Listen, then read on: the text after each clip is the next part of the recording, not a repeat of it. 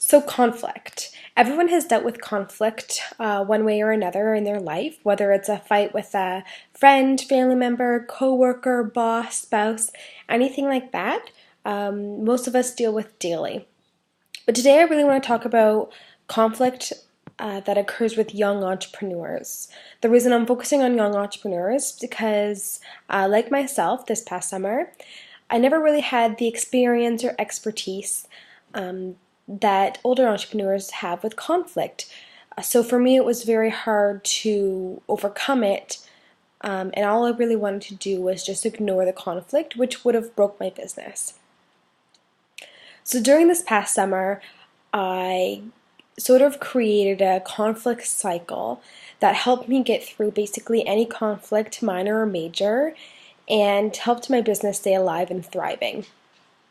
And with that, with an alive and thriving business, comes lots of word of mouth leads and definitely lots of free advertising from customers.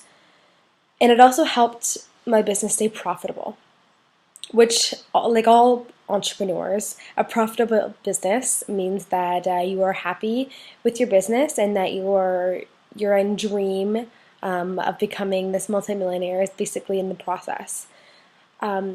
So while I'm sort of working through the 5 stages of the conflict cycle, I'm going to demonstrate to you a conflict that happened during this past summer that almost broke my business, that basically almost forced me to shut the doors on my business because it was hard for me to grasp the core concept of the conflict and to overcome it. So it was about 11 o'clock on May 23rd, and I got a phone call from a customer, and he was yelling and screaming at me and basically telling me where to go. And I had just woken up, and I was very confused on what was happening. So, of course, like anybody that maybe starts getting yelled at, they sort of freeze. And you can imagine I sort of look like a deer in the headlights, right? Like I'm just frozen, don't really know what to say, don't really know what to see. I wasn't really communicating with him, and he wasn't really communicating with me. So like you guys all know, like communication involves a lot of different aspects.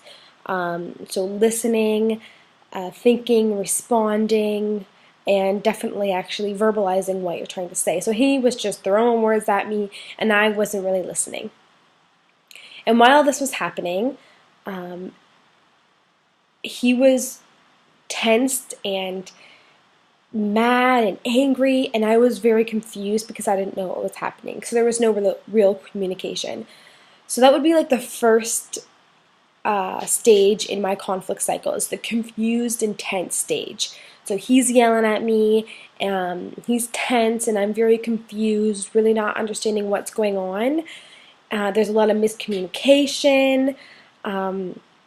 There's a lot of issues that are being expressed but not solved during this stage. And it's basically like the confused tense stage is where the conflict actually happens.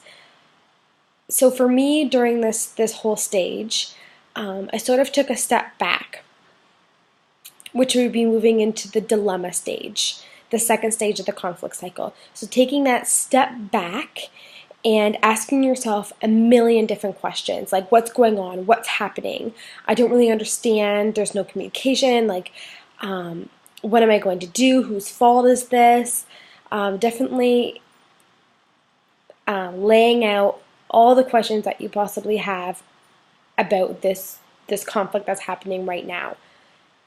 1 second. Excuse me. And so I took that step back, and actually a mentor's voice that I had when I was in high school sort of popped into my head. And I said to this customer, I said, like, I hear you, I'm listening to you, I understand what you're trying to say, because by then I was sort of in the role dilemma stage, so I was sort of asking myself all these questions, trying to interpret what he was actually saying after I've taken that step back. But I said to him, I don't have a solution right now. I really don't know what the actual core problem is here. It's late at night. I've sort of been woken up, So I don't really know how to solve this issue right now, but tomorrow morning I'll come to your house early and I'll solve this conflict and you'll be 100% happy and satisfied by the end of this job. So he said, okay, that's fine, and we hung up the phone and we finished the conversation. So we went from confusion and tension, from me picking up the phone and him yelling at me, him tense, me confused, to the role dilemma stage where I started sort of listening to what he was saying, asking myself a bunch of questions, and taking that step back into sort of the collecting stage, which would be us hanging up the phone and then me answering all those questions that I had going on in my head while the conflict was happening. So, like, whose fault is this? What happened? What is the core conflict here? How can I resolve this conflict? Sort of answering all those questions. So of course you do that, and then I went to sleep, sort of woke up the next morning, worked through a couple of the other questions that I had, answered them, and then drove to Windsor to this gentleman's home. So then we move from the collecting stage, which is answering all those questions that you made up, to the confrontation stage. And this is when you go to your customer or whoever you're having a conflict with and you express how you're going to solve it. Whether it be, like for me, I was going to clean up all the paint that was on the marble slab, that was on the screen, that was on the brick, and I was going to throw in a couple extra free things like painting some pillars and a door for him. So that he could be 100% satisfied and that he could then realize that I was confident in what I was doing and that we were trying to do the best job to our ability.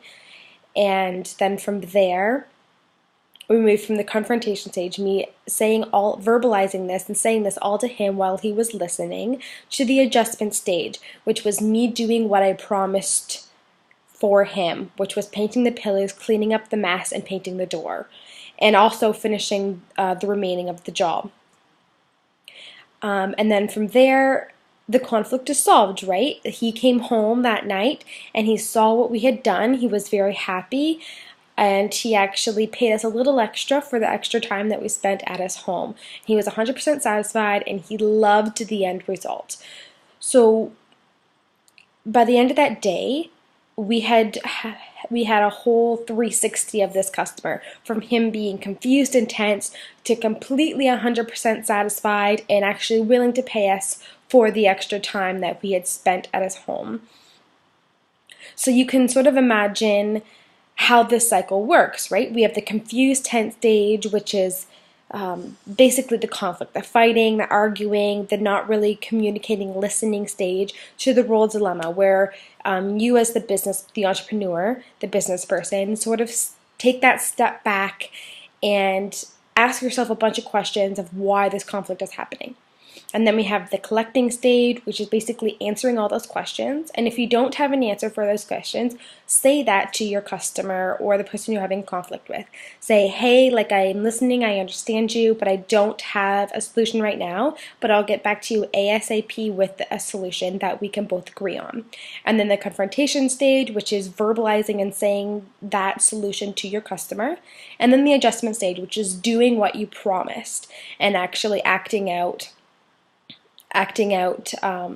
what you've promised to that customer in terms of either cleaning up a mess or doing extra work, or ordering a right product, something like that.